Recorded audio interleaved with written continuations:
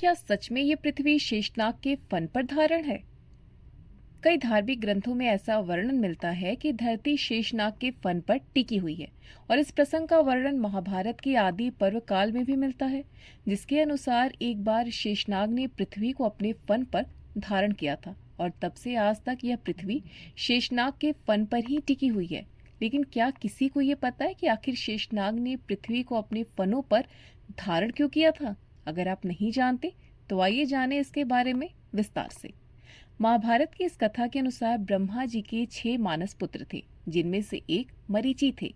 उनका एक पुत्र था जिसका नाम प्रजापति था। ऋषि कश्यप ने दक्ष प्रजापति की 17 पुत्रियों से विवाह किया था, जिनमें से एक का नाम कद्रु था, जिसकी कोख से 1000 शक्तिशाली नागों का जन्म हुआ और जिसमें सबसे बड़े शेषनाग थे। कथा में आगे वर्णन आता है कि महर्षि कश्यप की एक और पत्नी थी, जिनका नाम विंता था। कहते हैं कि एक बार विंता और कद्रु घूम रहे थे, तभी उन्हें घोड़ा दिखाई दिया। कद्रु ने कहा कि वह घोड़ा सफेद है, परंतु इसकी पूंछ काली है। इस पर विंता ने कहा कि घोड़ा पूरा सफेद है। इस बात को लेकर दोनों में शर्त लगी कि जो हारा वह दूसरे की दासी बनेगी।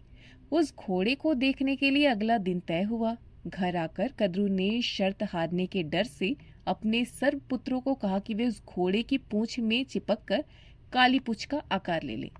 विंता के प्रति कद्रु और अपने भाइयों के कपट की भावना को देखने के बाद शेषनाग ने अपने परिवार और अपने भाइयों को छोड़ दिया और हिमालय और गंधमादन के पर्वत पर तपस्या करने चले गए।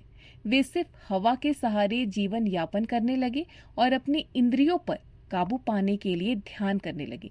उनकी तपस्या से प्रसन्न होकर ब्रह्मा जी प्रकट हुए और उन्हें वरदान दिया कि उनकी बुद्धि धर्म से कभी भी विचलित नहीं होगी।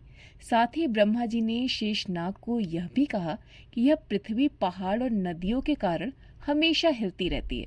तो ब्रह्मा जी के कहने पर शेषनाग ने पृथ्वी को अपने फन पर धारण कर लिया। आशा करती हूँ कि हमारी आज की कहानी आपको अच्छी लगेगी।